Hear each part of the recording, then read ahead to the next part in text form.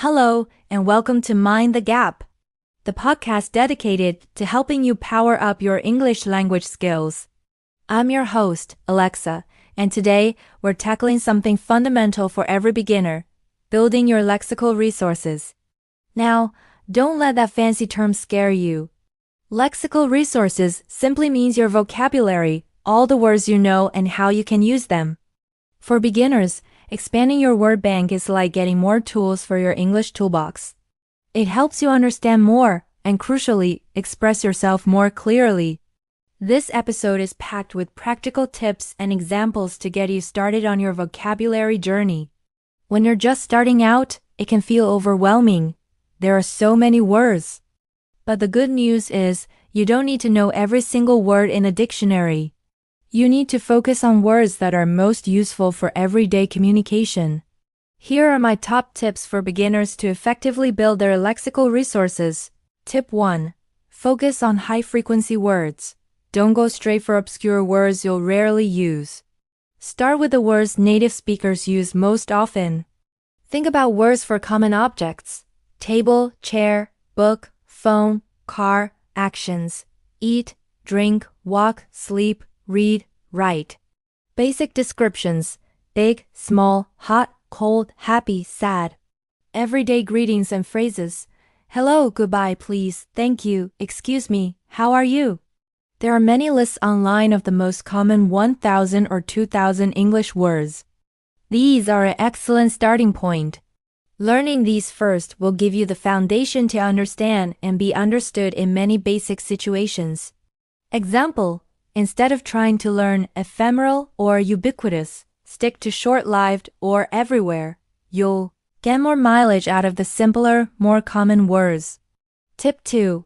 Learn words in context, not just isolated lists. Simply memorizing a list of words and their translations is often not enough. You need to see and hear words used in sentences to truly understand their meaning and how they fit grammatically. How to do this? Read simple texts. Look for beginner-level stories, children's books, or simple news articles. When you find a new word, don't just write it down.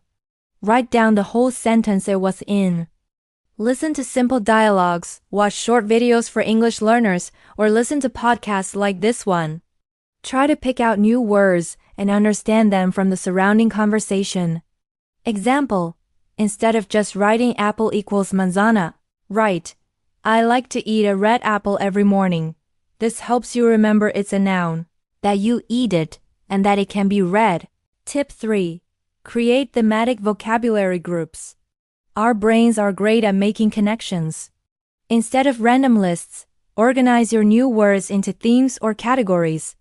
This makes them easier to recall. Some ideas for themes: food and drink, bread, milk, water, coffee, juice, chicken, fish. Family: mother, father, brother, sister, son, daughter. Daily routine: wake up, brush teeth, have breakfast, go to work, go home. At the supermarket: cart, checkout, cashier, price, buy, sell. When you learn fork, learn knife and spoon at the same time. This creates a little network of related words in your mind. Tip 4. Use visual aids and real objects. For beginners, connecting words to images or actual objects is incredibly powerful. Your brain remembers pictures much better than abstract words. Ideas: flashcards with pictures. Draw a picture, or print one on one side of a flashcard and the English word on the other. Label items in your home. Stick sticky notes with English words on your fridge, your door, your window, your chair. See them every day. Use image dictionaries. Many online dictionaries or apps offer images alongside definitions. Example: instead of just learning cat, look at a picture of a cat or even point to a real cat and say cat. This creates a strong, direct link. Tip 5. Don't be afraid to make mistakes. Use your new words. The biggest mistake a beginner can make is to be too scared to use new words. You will make mistakes, and that's perfectly normal and part of the learning process. Every mistake is a step closer to getting it right. How to practice? Try to form simple sentences even if they're not perfect. Try to use your new words in basic sentences. I like coffee. This is my book. Speak to yourself. Describe your surroundings in English. I see a car. It is red. Find a language partner. Even if it's just for 5 minutes, try to have a simple conversation. The more you activate your new vocabulary by using it, the more it moves from passive knowledge, words you recognize, to active knowledge, words you can actually use. Building your lexical resources as a beginner is a journey, not a race.